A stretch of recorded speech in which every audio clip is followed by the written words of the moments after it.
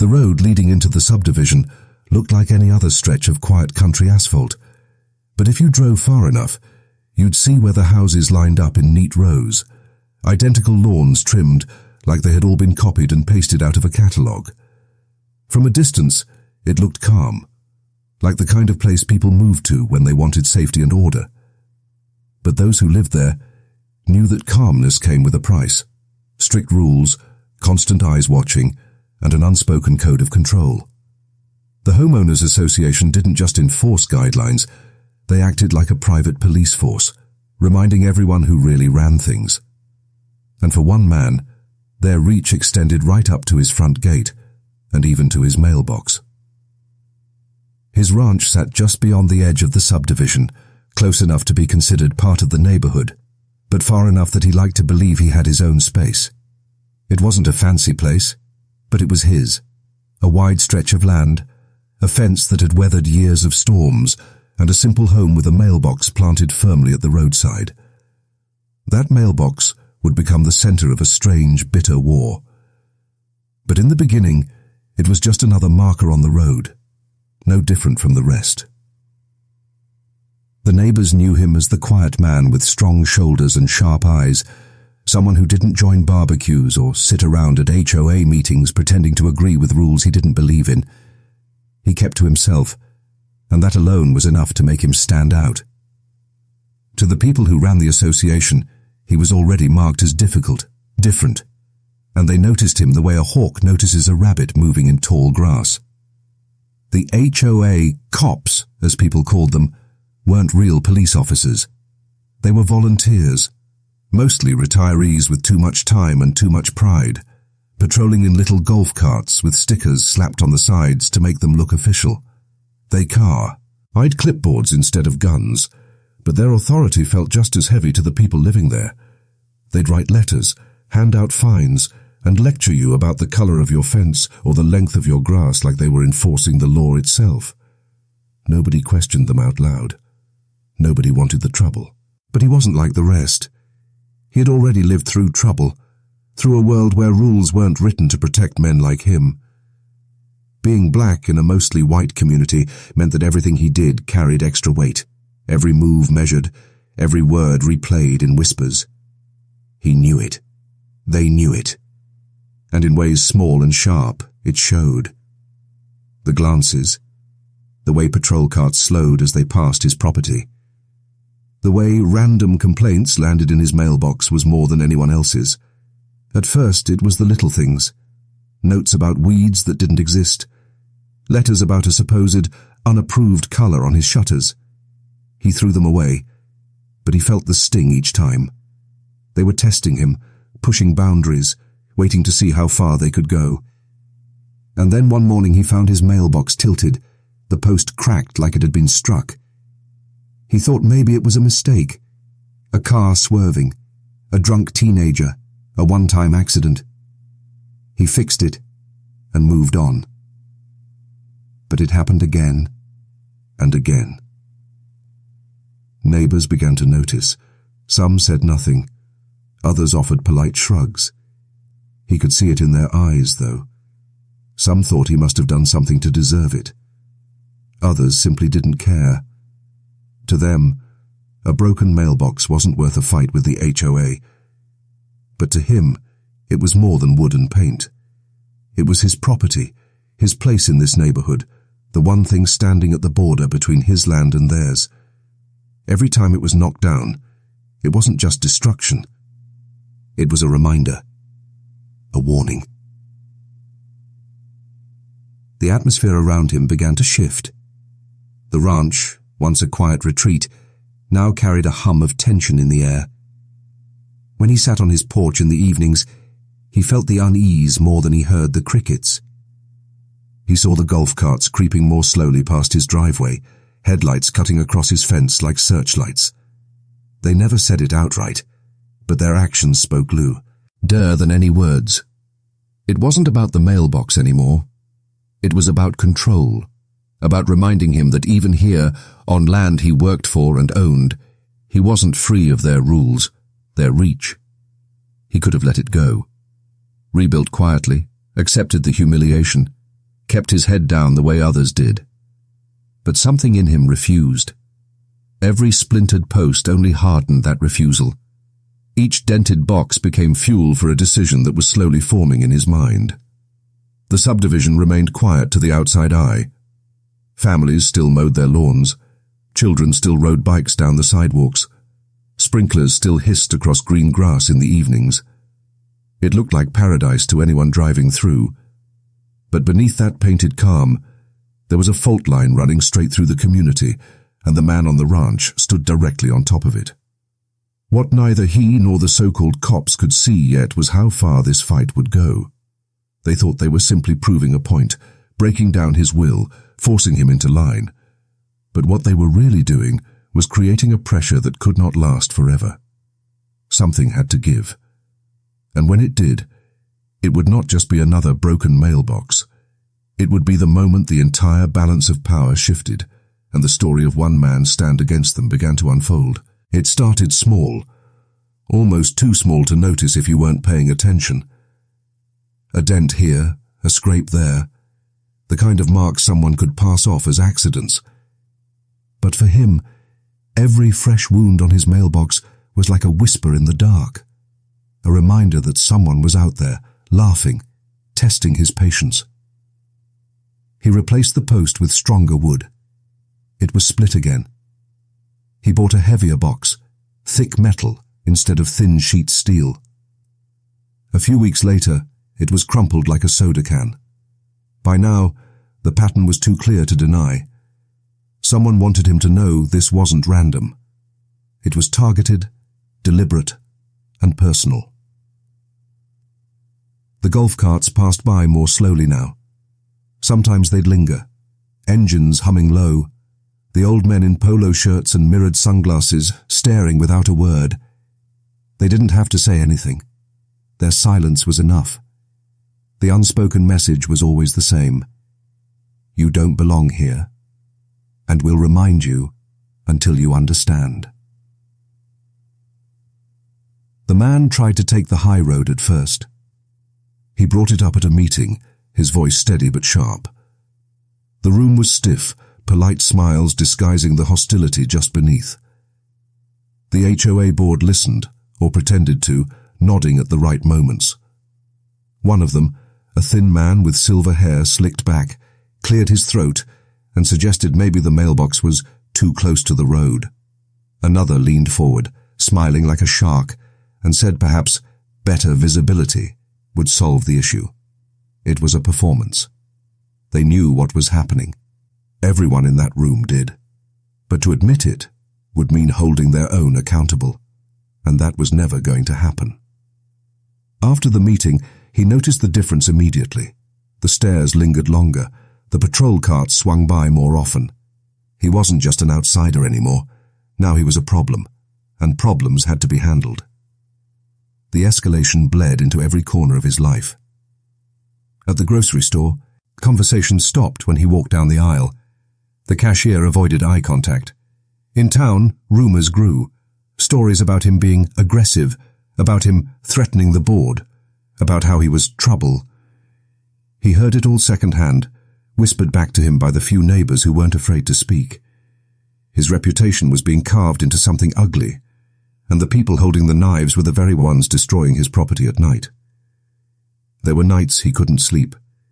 He'd sit in the dark, watching from the window, heart pounding at every sound of tires on gravel. He thought about calling the police, but he knew how that would play out. A black man accusing a group of respected white retirees of harassment in their own neighborhood. The cops would side with them before he even opened his mouth. He wasn't naive. He'd seen this story before, just with different names and different streets. The more they pushed, the more the weight built inside him. Anger mixed with exhaustion, exhaustion with fear. He started feeling trapped in his own home, boxed in by a group of men who played at being law enforcers but acted more like bullies in uniform. Each morning, he stepped outside, not knowing whether he'd find his mailbox standing or shattered. It wore him down, day by day, until something inside him began to shift. His family noticed the change. The way he snapped quicker than before, the way his eyes stayed on the road longer, watching. He tried to hide it, but it clung to him. Even simple conversations turned tense. His home, once his safe place, now felt like the front line of a quiet war. The HOA cops weren't satisfied with just breaking things. They wanted control. Letters arrived almost weekly now, warnings about minor violations, about weeds, about trash cans. Each one felt like a taunt, a dare. He knew what they were doing. They wanted him to quit, to give in, to sell his home and disappear. And maybe, for a weaker man, it would have worked. But every letter, every broken post, every rumor only hardened his resolve. Still, the pressure wasn't just from them. Money was tight. The fines stacked up, and each repair took more out of his pocket. The mailbox wasn't the only thing bleeding him dry. It was the constant repairs to his fence, the tires mysteriously punctured, the property tax battles stirred up by neighbors whispering to the county. He was fighting on every front, and no one stood beside him. Behind closed doors, the so-called cops had their own whispers. Some of them hated him for what he represented, and others simply enjoyed the power. For men who once held ordinary jobs and now felt forgotten, this was their arena, their chance to play police, to decide who was acceptable and who wasn't. He became their obsession, the one neighbor they could not tame, and that obsession only grew sharper each time he pushed back. It wasn't just about rules anymore. It was about ego, pride, control, and when pride is wounded, it lashes out. The breaking point drew closer in ways that weren't obvious at first. One day, his mailbox wasn't just dented, it was ripped completely out of the ground, the post dragged into the ditch like a trophy. Another morning, he found tire marks gouged deep into the dirt by his fence, as though someone had circled the property again and again, just to remind him how easily they could reach him. He stopped asking if it was an accident. He knew better. Inside, something hardened. He began to think less about fixing what was broken and more about stopping it from happening again. His mind replayed the sound of wood cracking, the sight of metal crumpled under rubber, the smug looks on their faces at every meeting. He started to imagine what it would feel like to turn the tables, not to beg for fairness, not to plead for peace, but to make sure that the next time they came rolling past his driveway, they wouldn't leave laughing. This wasn't just paranoia anymore. It was survival. And as the days bled into weeks, the man who once tried to reason with them slowly disappeared. In his place was someone colder, sharper, carrying the kind of anger that could not stay hidden forever. Every crack in his mailbox was a countdown. Every cart creeping past his ranch was another tick toward the moment when patience would snap and something far stronger would take its place. The war they started was no longer one-sided. He was preparing, quietly, patiently. And when the time came, they would never see it coming. The night was heavy, the kind of night where sound seemed to travel further and shadows seemed to stretch longer than they should. The man sat on his porch, the glow of a single bulb above him cutting through the dark. His eyes weren't on the stars, or the fence, or even the road. They were on the mailbox. The new one. The one he had built with his own hands, reinforced, rooted deep in concrete, lined with steel. It didn't look like a simple box anymore. It looked like something born from defiance. To anyone else, it was just a mailbox. But to him, it was armor, a statement, and a trap, waiting for whoever had the nerve to strike again. The air was quiet, but not peaceful. Quiet in the way that comes before something breaks.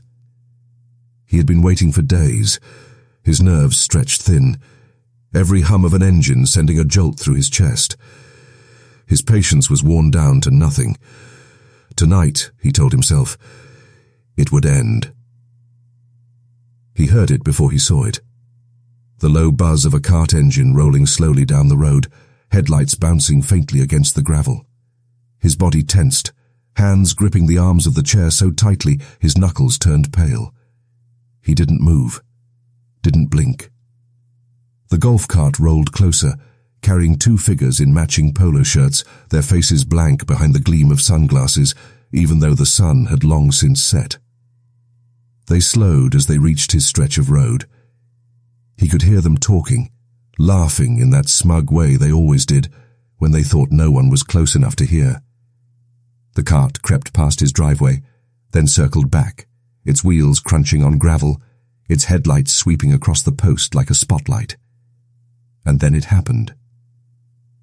The cart revved, tires spinning, and with a sudden lurch, it shot forward, aiming straight for the mailbox.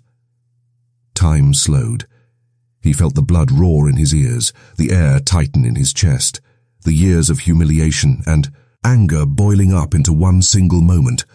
The front bumper slammed into the mailbox with a metallic crack that split the silence wide open. But instead of splintering apart like all the others before it, this one didn't budge. The steel core he had hidden inside held firm, the base rooted in concrete like the bones of the earth itself. The cart crumpled on impact. The sound was brutal, metal folding, glass shattering, voices shrieking in panic. The force threw the two men forward, their bodies jerking violently as the frame of the cart buckled beneath them. One was thrown sideways into the gravel, a sickening thud following as his body hit the ground. The other slammed chest first into the steering wheel, a sharp gasp tearing out of him before his body went limp. For a moment there was only silence again, broken only by the hiss of the engine struggling, the groan of twisted metal cooling in the night air. He stood from the porch slowly, each step toward the road feeling like a dream he wasn't sure he was in.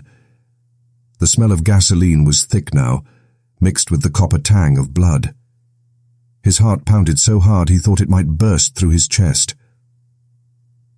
He stopped at the edge of the fence, staring at what lay in front of him.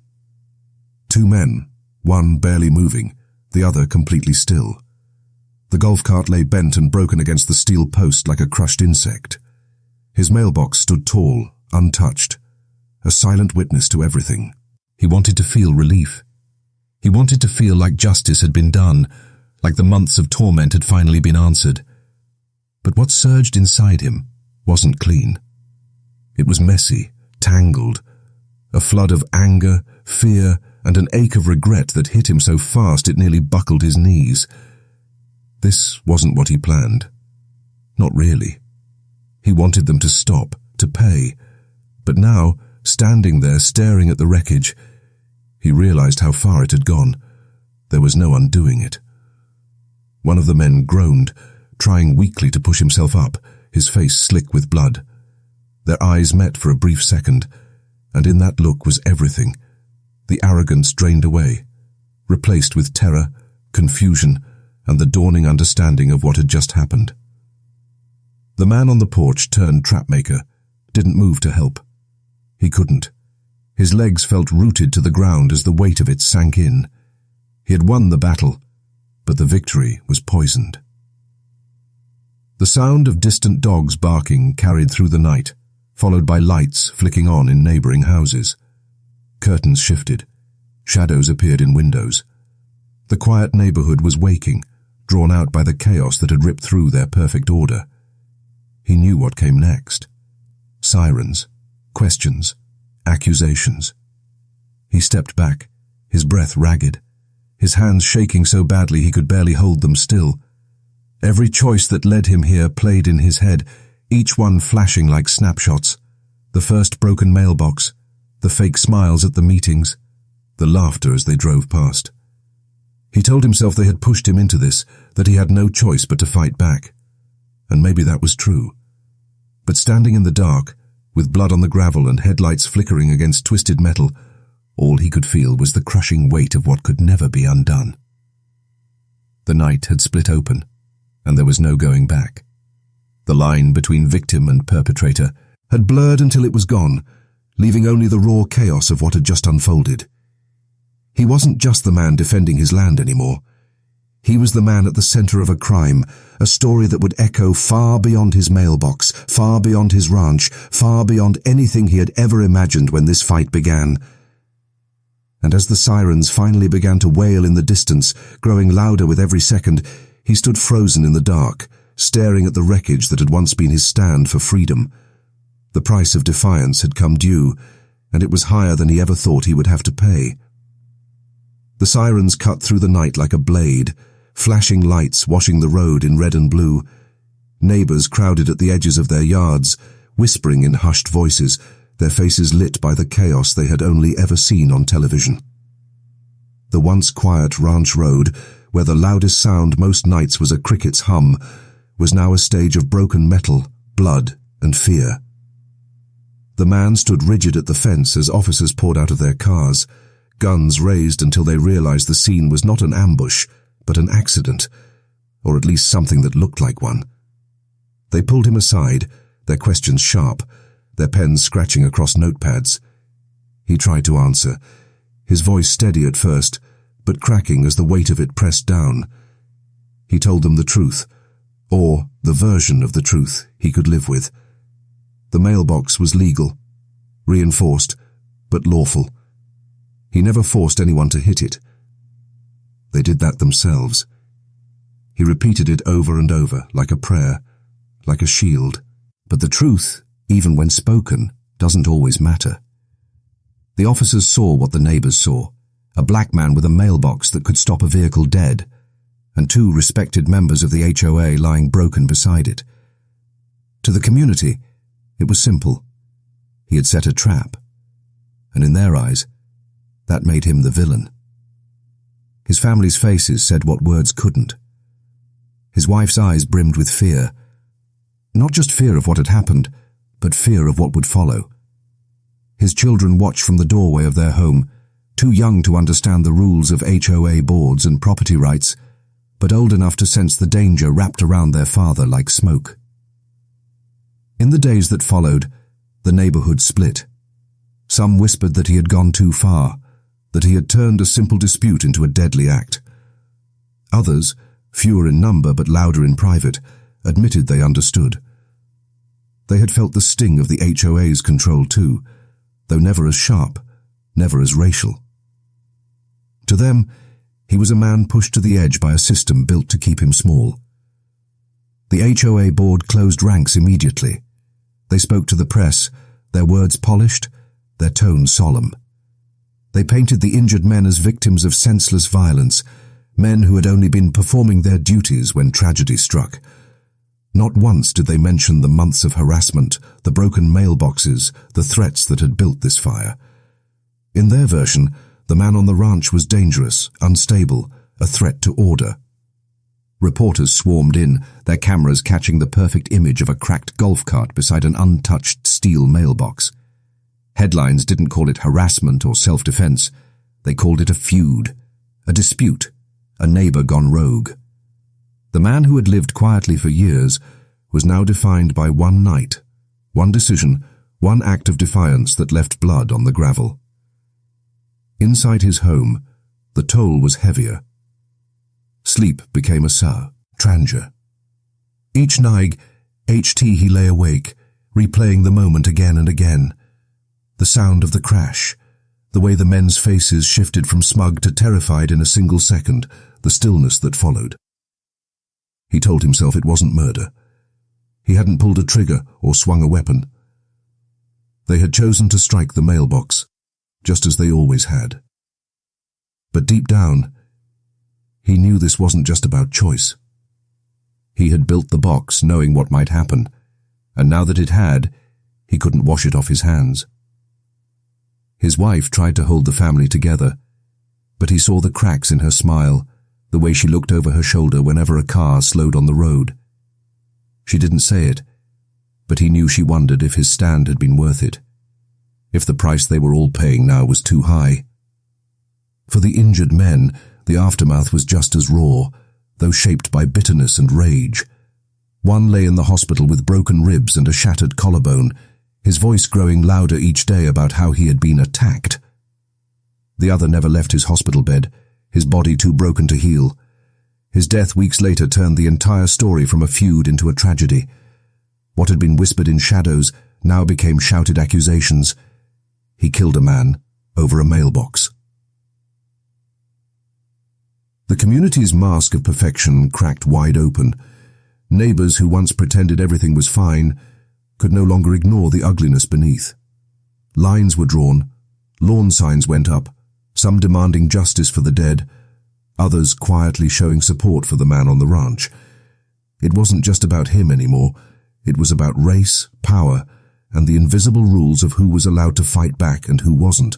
In court, the arguments twisted the truth until it was unrecognizable.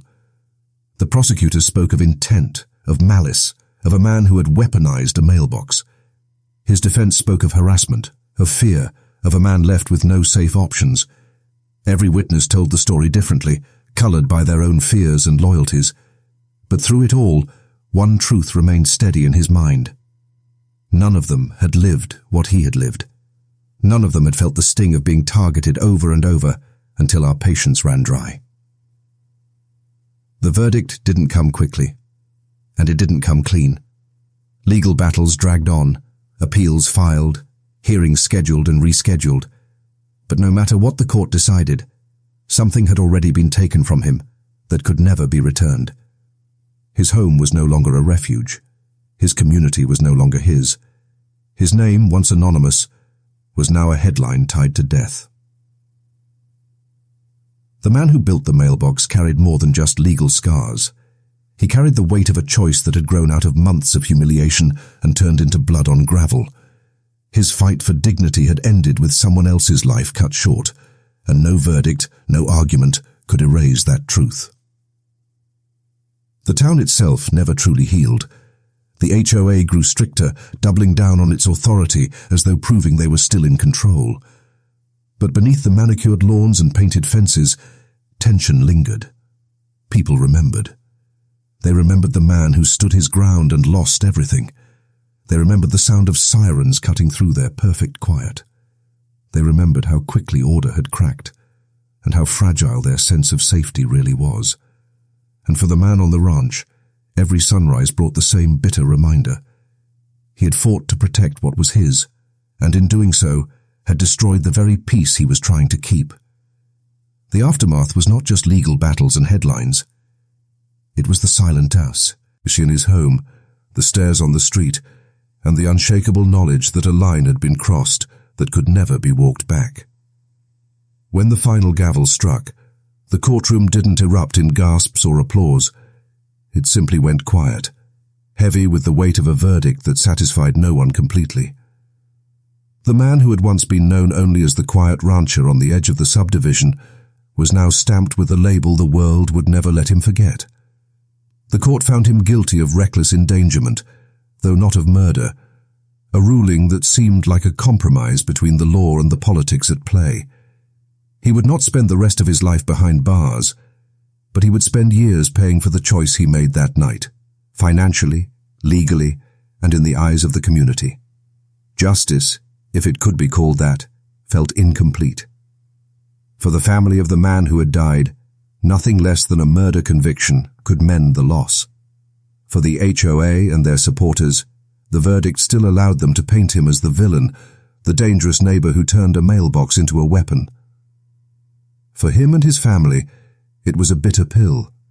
He had not been absolved, yet he had not been crushed completely. He walked out of court a free man, but the freedom was only on paper. His reputation was scarred, his peace was gone. His home, once a place of pride, felt more like a cage marked by every stare, every whisper. His children grew up under that shadow. At school, classmates repeated the headlines they heard at home. His wife carried herself with quiet strength, but the exhaustion showed in her face, in the way her shoulders slumped when she thought no one was looking. They hadn't been on trial, but they were serving their own sentence, living with the fallout of a decision none of them had made, yet all of them had to bear. The community changed too, though not in the way outsiders might imagine. There was no great reckoning, no sweeping reform. Instead, there was silence. The HOA grew stricter, closing loopholes, making sure no one else could ever pull the same act of defiance. Meetings became colder, neighbors more suspicious. People learned to keep their heads down, to obey quietly, to avoid becoming the next example.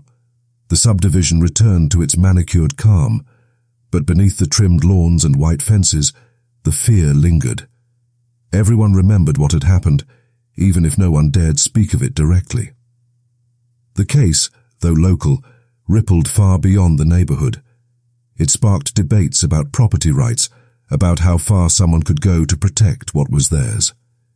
Legal scholars dissected it, asking whether a reinforced mailbox could really be considered a trap, or whether it was simply smart protection against ongoing vandalism. Racial justice advocates pointed to it as another example of how black men are punished more harshly for defending themselves in communities that already see them as outsiders. To some, he was a cautionary tale. To others, he was a symbol of resistance. But strip away the headlines, the debates, the arguments, and what was left was something raw. This was a story about power and what happens when people abuse it. The HOA cops never carried guns, but their clipboards, fines, and golf carts gave them a sense of authority they wielded like weapons. For years, they had targeted one man, not because of his mailbox, but because of who he was. Their need for control, their obsession with order, escalated until it broke something in him that could not be fixed. It was also a story about how thin the line is between victim and perpetrator. He began as a man protecting his land, his dignity, his family. But by the end, he had built something designed not just to withstand harassment, but to strike back against it. Was it survival? Was it vengeance? Was it both? These are questions no verdict could answer. They lived in the grey space of morality, where justice and blame twist together until neither is clean.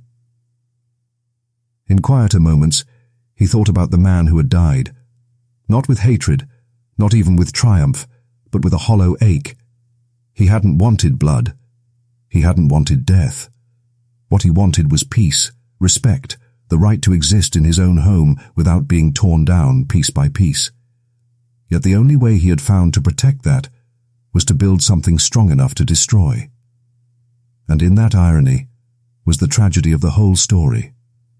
The defense he created became the very thing that defined him as dangerous. As the years stretched on, his story faded from headlines, but remained alive in whispers, in cautionary tales told by neighbors and lawyers alike. Some remembered him as reckless. Some remembered him as brave. But the truth was never simple. He was a man who fought back, but in fighting, lost nearly everything that mattered. The broader lesson of the case wasn't really about mailboxes or HOAs. It was about what happens when power is unchecked, when small humiliations build until they ignite something irreversible. It was about the fragility of justice, how it bends under the weight of race, wealth, and reputation. And it was about human behavior, the need to belong, the rage of being excluded, the dangerous pride of men who cannot admit when they've gone too far. In the end, no one truly won. A man was dead.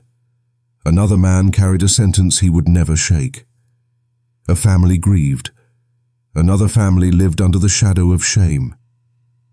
A neighborhood returned to order, but not to peace. And society, watching from a distance, saw a mirror of its own struggles. The clash between power and resistance, between justice and bias, between the rules we live by and the human costs of enforcing them. The ranch still stood. The mailbox still stood. But the man who built it was never the same. He learned that survival sometimes comes with scars deeper than wounds, that justice is not always about what is fair, but about what is decided, and that the human spirit, when cornered, will fight even if it means losing everything. And so his story settled into history not as a clean tale of right and wrong, but as a reminder that beneath every quiet street, every manicured lawn, every rule meant to preserve order, there lies the possibility of chaos. Because when power is abused and dignity is stripped away, even something as simple as a mailbox can become the spark that burns everything down.